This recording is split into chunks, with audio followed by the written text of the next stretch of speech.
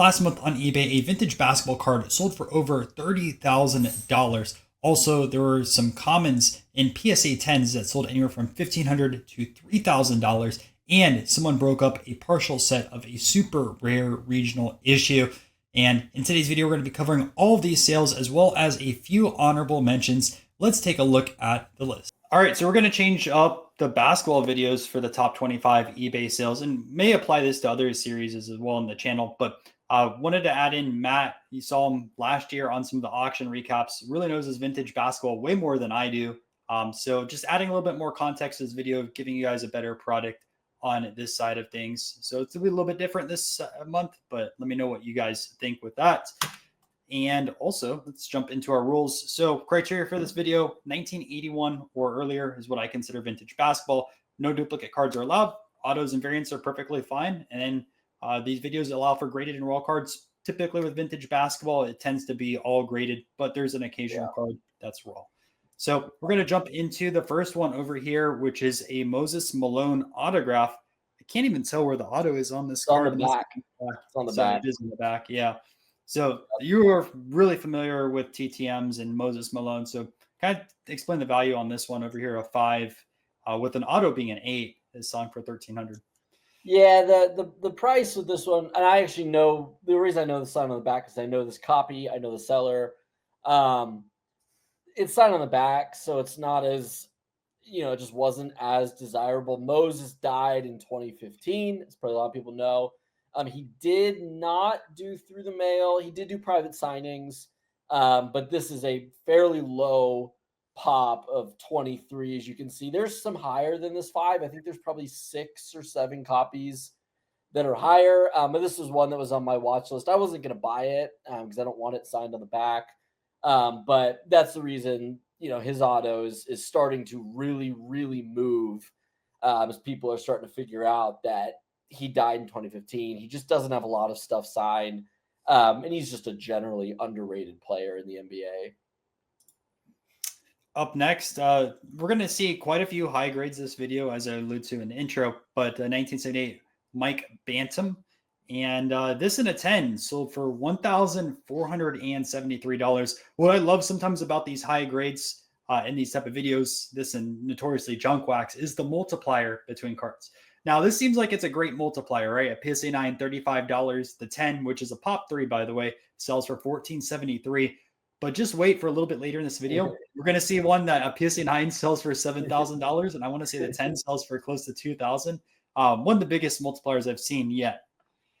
Yeah, I mean, I'll be honest, I don't know who Mike Bantam is. Like you said, we're going to see some where that pop multiplier is nuts. I mean, I don't even know if I have to say anything more about which cards I'd rather have and things like that. But people are working on this set. I'm glad that the set's getting more popular, but I'll let somebody else take the 10. Here is another one from 1978. Marquez Johnston, card number 126. At least this 9 goes for a little bit more at $60. The PSA 10 is actually a lot more out there, pop 25, and sold price, again, about $1,500 on this. Good to move forward? Yeah, I mean, he's a more popular player. He's not a Hall of Famer or anything, but he's a more popular player, so I'm not surprised the 9 is about double for him what the other one is. No surprise with the Wilt Chamberlain making this list, 1972 in a 9. I always like the 72 basketball designs. The PSA 9 is a pop of 100. The 10 is only a pop of 5, so the 9 gets quite pricey because of the low 10 pop. And this one over here sold for a solid $1,600. It looks like it has great color, good eye appeal, new label, so none of the old label, poor eye appeal. And yeah, I think this is a pretty solid sale. Yeah, I actually really like this price. I kind of do. Like $1,600 for a 9 Wilt card number 1. I actually think $1,600 is pretty good. This is one where you want me to pay $1,600 for a card. I'd be very interested in this one, compared to some of the other ones. So what's interesting in this video too is you're going to see a lot of 1950 Lakers Scots, and you don't see these out at shows that often. I think I saw a full set once at the National. I think it was Heritage or REA that presented those. But just going around to all the shows I did over the last few years, I barely saw these out in the wild. They're very, very tough. And this one over here and is a total of Pop 15 and a PSA 2 even sold for $1,675. Now, the big name in the set is Mikan. Who else is in that set that is really worth like picking up? The Mickelson is actually probably one of the better ones. Trying to think about who else would be in that. There's another name that I cannot. I think is Ed McCauley is probably in this set. These have really started to go up. You used to be able, like even just like 3 years ago, you could get these for like the non-Mikan, like few $100. Like one of my buddies picked one up even recently for like just a few $100. These have really started to go off. They're really, really hard with the potato chips and everything like that. I love these. I want that mic in so bad. But they're starting to. I would hate to see what a mic in would sell for right now because I know I'm not touching it anymore. It's still a fraction of a price what a Maze or a Mantle food beverage issue would do in the 50s, though. So Oh yeah, there's still a ton of room to grow on that. yeah. Which I do allude to. If you want to watch 50s baseball, I just covered the most expensive cards in there. There's a lot of cards like this, an equivalent in baseball wide. So And check they're that out. rare. The Lakers Scots are rarer than the baseball food cards. They're even rarer than the football, like Bread for Health and like Wonder Bread. Like these are way rarer than all those. Yeah, there's some food stuff that's like pop 2 or pop 3 though. So Bread for there is some Energy. stuff, but like some of the other stuff that you see all the time, like Red Hearts with the dog food, those are Yeah. so common to find. Bread for Um, Energy would be lower than that for sure. yeah, and here's another one in the set. We have Bud Grant. This got a 3, and it sold for about $1,700. A little bit of a premium based off of the 2, but I assume it's just because of the bump in the grade. Mickelson's also a more desirable player than Bud Grant. Yep. All right.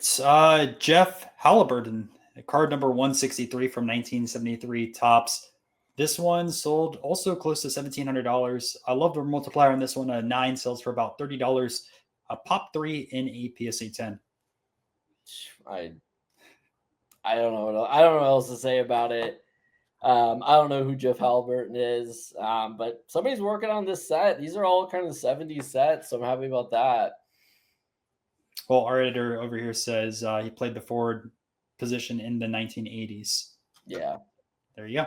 So he must have played a pretty long career, but this is 73. 1981, Don Collins, card number 95. A pop 6 in a PSA 10. This copy over here sold for $1,730. Always when I think of 81, I think of Magic as well as Bird. But yeah, this sold quite expensive. And actually, the Magic and Bird, I don't believe are in this video, this episode. I was just going to note this might be the first video in a while where the Magic or Bird isn't in this video because they dominate these lists. Yeah, Don Collins is the most expensive 81 this episode, which is so interesting to me.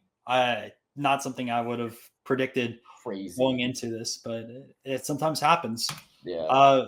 A Kareem 1971, the dreaded half grade. People absolutely hate half grades, but you can see on this one, you kind of get screwed a little bit if you get a half grade because an 8 sells for about $1,000. A 9 goes all the way up to $4,000. This sold for $1,825, which isn't even close to the halfway point on this. It's a pop 8 in that PSA 8.5 grade. It looks like it's a pretty nice card from the image. Obviously, I don't have this in hand, but yeah. I actually like the half grades because of that. I think that they usually don't go between the two. They do usually kind of go a little bit on the lower side. So I think for that half bump, which from an 8 to a 9, I think from a grade perspective matters, you actually don't pay that much more.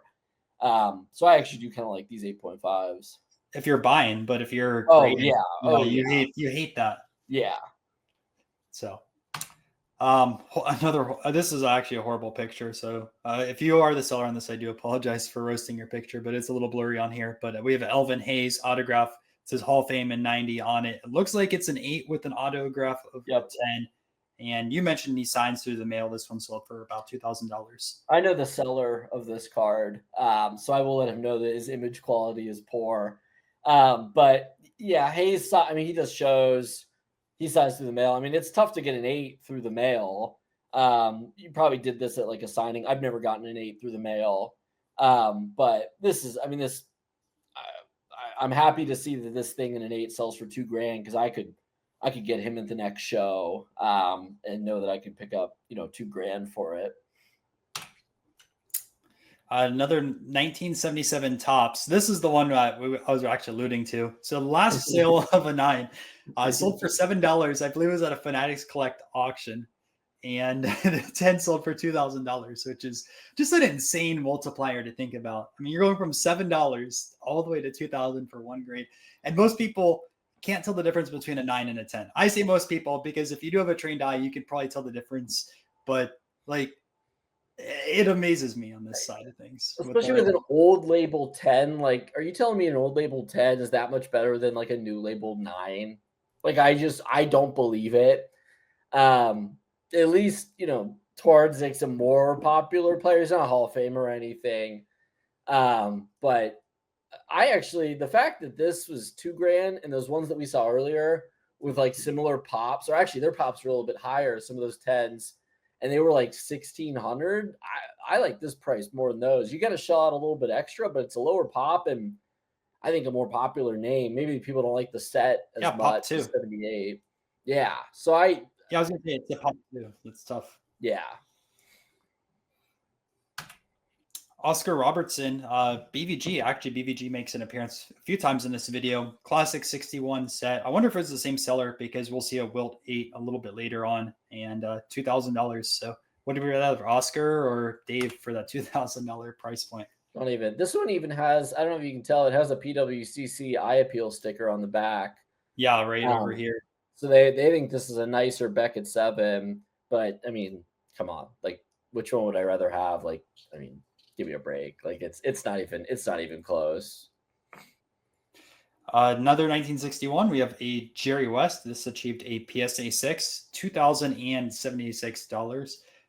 Contrary to popular belief, Jerry West has an earlier card than the 61 Fleer. So look into cons cards. They've actually gotten expensive over the last few years, not just the Jerry West in general, but even on the baseball side of things. Another food issue that's been overlooked by a lot of people in the hobby. And yeah, so there's that. I'm on the hunt for a signed 60 cons West. I've seen them out there in some of my group chats and things like that. But that is, if I get a signed Jerry West, it's going to be the cons. He signed 1 million of these. 72 Julius Irving, Dr. J, 8.5. You can get this still signed at shows, I believe. He still does the Philly show quite a bit and a few other card shows out there. 21.57 for the rookie. It's a nice 8.5. I like some of the Beckett higher grades. I think they look pretty good. We actually have a pre-war basketball card, which you don't see that often, from 1933 Sports Kings. It's a set I've talked about quite a bit on the channel. So when you think of like 30s releases, you think of Gaudy. Well, this is the multi-sport version of Gaudy, the same exact company. Also, you might know their Indian set and a few other non-sport sets that they released during that time period. But there's a few basketball players in this set beyond just like boxers, baseball players, hockey players, and much more. Highly recommend that you guys check out that set because it's awesome. This in a 6 sold for $2,250. Yeah, Lopchik, one of the original Celtics, who played for the Celtics in the 20s. More of a barnstorming team than a professional team, but one of the more iconic sort of pre-war basketball teams. He's a very popular Sports King player because he's a Hall of Famer and everything like that. There's what, 2 Hall of Famers in basketball and for the Sports Kings, or is there 3? I can't remember. Who else is in the Sports Kings? Lopchik. I don't have any of them, so I can't tell you off the top of my head. Yeah, probably I should have had a note on to the side, but regardless, let us know down below. I'm pretty sure there's like 2 or 3 Hall of Famers in that set. Like always, before we jump into our top 10, let's go over some honorable mentions. So you're going to see a bunch of high-grade 48 Bowmans on here. And the first one over here, Nostrand, sold for $1,100. I think the fact 48 Bowman's in that high of a grade, I just think are such a great buy. Like I don't know how you lose money long term buying high grade. I don't care if they're a common like Nordstrand. High grade. I'd love to know what the pop for SGC is on this. I bet you it's low. I just for $1,000, like how can you go wrong? Like where can you actually lose on that? So I congratulate the buyer for this. This is one that you put on here, a Mel Daniels autograph. I include this in here because I thought it was interesting. I actually purchased this card. You can see it right here. Some notes about Mel Daniels to try to formulate why I included this and why I think it's interesting. 3-time champion in the ABA, 2-time MVP, died in 2015, so he died young. And one of the things I thought was interesting was the pop. This is from his rookie set, 71. The pop of his base rookie is 24, and the last sales of his base rookie 375 and 850. The 375 was an SGC label. The 850 was a PSA label in 2020. I bought this for $12. Now I don't know. Leaders cards are of course not as desirable as the base rookies. But I just think that buying the signed leaders cards the rookie year as the base with them having a lower pop is just such an interesting buy for me. The pop of this card is 0. Um, I just think it's an interesting buy. I've bought a lot of these sort of rookie year leaders cards recently because the pops are lower usually than the base. And yes, the demand is lower, but how much lower is it actually? Is it, 1/30th the demand, plus you have to account for the fact that the pop is much lower. So I just thought it was interesting. It popped on eBay. I was literally on a Zoom call working when it popped up on eBay, and I paused my work to buy it. That's how quickly I did that. Because this is one of the ones I have the complete run of Mel Daniels card signed, and I needed this one. But it's just kind of an interesting price and math equation when you look at the pops of some of these cards and then thinking about the demand compared to the base cards and then the prices. It's just kind of an interesting equation for me when looking at some of these. I do got to ask, are any of the other players still alive and doing signings that are on Great this card? question. Mike Lewis is alive and does sign. Julius Key's been dead since the 80s. I've never seen the card signed with him. So unfortunately, I will not be able to complete this, which is a bummer. But I could get Mike Lewis. He signs through the mail. I don't really want to send it to him, and I don't really care too much about Mike Lewis. But it's not completable with Julius Key being dead. Well, maybe just wait for a card show with Lewis. I'm sure someone will bring him out at some point. I would invite him. I'll go to him and do it. I don't care. I just don't want to lose it because I don't know if I'll get another one, considering how hard it was to find this one. Which makes sense, and great buy at $12. Bob Davies, card number 10 in a PSA 8, sold for $1,200. Yeah, this I put there that the last 8 sold for $878. This card's really been moving. I'm stunned that this was essentially the same price as the SGC common because Bob Davies is a Hall of Famer. This is a new label 8. These cards are really moving up. That 8 sold last year for $878. So this thing is really starting to ramp up. I told you before we started, I had a chance to buy a 9 for $1,000 a couple years ago, and I passed. I actually had a chance to then buy a 9.5 for a little bit more. Really regret not doing that, but it happens. I wasn't super sure that Bob Davies was going to go up that much. Another one over here, Ralph Hamilton in an 8, also sold for $1,200. Yeah, another new label. Somebody must have submitted a bunch of these. Joe Folks in a SJC 8, $1,214. Yep. Yeah, another Hall of Famer in Folks. Less popular, but I believe he was the first person to score 60 points in an NBA game, which is kind of an interesting stat on him. This is his rookie, of course. Also a super hard autograph to find, as he was actually killed by his brother-in-law in the 70s. Yeah. It's a Pop Zero signed, but it's an ultra hard to find autograph because of that. Is he in the 57 set or any other Nope. sets? No. He has this. He has the exhibit, and he has a Bread for Energy, which I have. I have his Bread for Energy. But I think that's all he has, just those. Jeez. Going into another 72, Bobby Smith in a 9 sold for $1,236. My assumption is there's no 10s out there, or there's 110. I apologize for not putting the pop on this card. Yeah, I have no idea. This set's getting popular, so that's probably part of it. People are working on this set, but I don't even know who Bobby Smith is, to be honest. 1973 ABA Western Semis Stars versus Conquistadors in a 10. This one sold for $1,262. Yeah, this is a great one. I love this card. I'm looking for it signed. Kellogg's George Mikan in a 5, which is a really nice grade. These Kellogg's still seem like they're such a bargain. $1,300 on this copy, which just our top 25. You took the words right from me. With how cheap these are compared to the 48 Bowmans, I 100% agree. A 5, Mikan would sell, I don't know, it's past 10 grand now.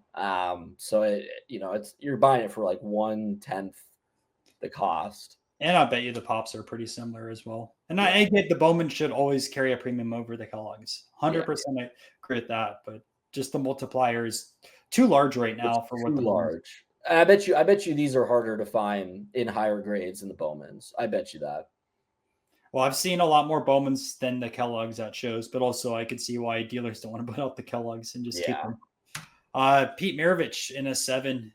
$1,250. These have taken a beating since the pandemic. You don't have to tell me about it. This is my 7, but I paid less than this, so I can't be mad about it. I bought it probably 2019, probably like 2019. So I'm doing fine, but they were way. I think they went up to like $4,000 at the height of the thing. These have come down quite a bit. And now we're jumping into our top 10. Also, while we jump into top 10, let us know what your most surprising sale this month has been on here, because there's been a lot of interesting ones. But our first one over here, another 1972. This one sold for $2,300. It's a pop 4 and a PSA 10. Yeah. And we have a 9 that goes for a solid $45. Kuzi and a PSA 4 autograph being a 10. Wonder if this was one of the recent ones. I assume it is because of the cert on here. Almost $2,400 on this. It probably is. It might not have been his most recent one, because his autos from the most recent one, I think, look a bit rougher than this. Maybe this one was just different, but nice price. These are just going and going and going. I bet you this is the most it's been paid for a 4. They're really starting to go. And you have the inscription on their Hall of Fame, 1971. It's not even. I don't know if you you didn't put rookie, but as you and I both know, this is not his rookie. There's a lot of cards before this one. Tony Jaros. This sold for $2,500, which seems quite pricey in comparison to the other Lakers Scots that we saw a little bit earlier. Maybe you know a little bit more about him. I don't think he's a Hall of Famer. I'm not familiar with the name. It might be a rarer one compared to the Vern and some of the other guys, but that's all I can think of, is just that it's probably I've seen the Vern before. I've not seen Tony Jaros before. So I'm guessing it's harder to find. Jerry Sloan, 1975 tops in a 10. Last 9 sale, $80. This one sold for a solid $3,200. It's a pop 2 in the PSA 10. Crazy. I mean, hey, it's people are working on the sets. I can't be upset about it. We've featured this on the channel before. 1978 Bernard King in a 10. Wonder if it's the same cert as the one that I've sold. I swear I've seen this card 2 or 3 times in some of these episodes. $4,000 for this specific copy. Yeah, that's a nice one. Here's Mike in a two. We just talked about his Kellogg's. Two sold for $6,500. Not a terrible looking two, although I can't tell my light, but actually that corner looks pretty rough on there. Yeah, this one, I don't know. I mean, it's a strong price, but it is a pretty nice two. The two, it looks like, mostly comes from the corners, and things like that. Because at least from this image, the actual frame looks pretty good. 1957 Bill Russell in the half grade 5.5, about $8,300. Another card that's gone down quite a bit since the pandemic. Yeah, It's a solid 5.5 though. yeah, It looks nicer than some of the sixes and almost some of the sevens I've seen out there. yeah. I mean, I agree with you that it's. I think in the older PSA days, this would probably be closer to a 6 or a 7. Because the centering, I mean, what are you going to do? I mean, it's such a hard set to get centered. How much can you ding it? And back in the day, they definitely dinged it less than they do now. So I think in the old days, this would be probably more like a 6, maybe even a 7. The classic Bird Irving Johnson in a 9, $15,100, and that's only number 3, which typically that type of price would be number 1 in this series. But nothing else really to say on this card. You see a lot of these out there, a lot of not specifically 9s, but and this list as well as the triple signed, which is getting harder and harder to get because they always upcharge this card to get signed now. But number 2, 1961 Wilt Chamberlain in a BVG 8, sold for $17,500. Would you rather have this in an 8 or like an SGC 7, but you get to keep $8,000? Probably the SGC 7. There's a lot I could do with $8,000. At least Beckett, like high grade Beckett stuff, it sells for so close to the other companies that I don't know if I would. I don't know. Now it sells. I mean, a SGC or a PSA 8 would sell for more than this, but you get like a 7 SGC and like a nice one for probably like 9-10 grand. Plus, I like how the background of the card looks in an SGC slab. I think it pops. Yeah. Number 1, a 1972 Jerry West in a 10. So I looked it up. Pop 6 in a PSA 10. The 9 actually goes for quite a bit, $650. This copy over here sold for astounding $31,655. I believe also this is the first time a 72 West has made this series. Yeah, an incredible price to end the video off of. That's a big multiplier over that 9. This is a set, like I said before, that people will definitely work on and go for the registry stuff. So I'm definitely assuming, but that's I mean, what type of multiple is that? What number is that? 20? What is that? 10? It's a 50 multiplier. 50? Yeah. I mean, that's crazy. That's a pretty high. I would not have expected when this thing started in auction that it sells for that high. I mean, maybe there's sales that are that high, but that's wild. That still doesn't beat the $7,000 to $2,000 or whatever it was. Oh, I know. That's a great one. That $7 to $2,000 doesn't even cover your cost of grading to $2,000. Think about that. Somebody graded that card. Almost a 300 thinking it could either get a 9 or a 10, and their options are make a bunch of money because I got a 10, or literally lose money on the. That is insane. I mean, there's not much of those out there that do that. I mean, except outside the Junk Wax era. Junk Wax era is a classic one with that, and especially some like the Marvel foil cards. But yeah, I was shocked at that multiplier. My God, I'm glad to see there's a different number 1. And 31,000 is a big boy number 1. But this has to be the first time Jerry West is number 1 on the list. I think it is. Probably, unless there was like a signed rookie, like 7 or something that went for like a bunch. Yeah. And yeah, thanks guys for checking out this video. What I'm gonna put on the screen right now, the video is not out yet, but I just recently did a video on George Mikan's best cards. So you saw Mikan twice on this list. If you want to learn even more about his cards as well as the Lakers Scott chips, it's going to be on the screen right now. So highly suggest you do that. And if you're new here, make sure to subscribe. me know also what you think about having Matt here on these basketball videos. You can check him out on Instagram, Matt's Vintage Vault, where he has a bunch of different cards between vintage basketball and vintage football. Yeah, yeah, looking forward to it.